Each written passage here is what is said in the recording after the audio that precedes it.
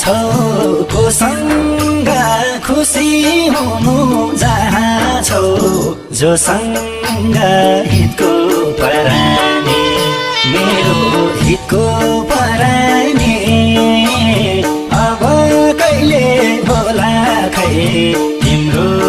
काग मेरो सिरानी कहाँ छौ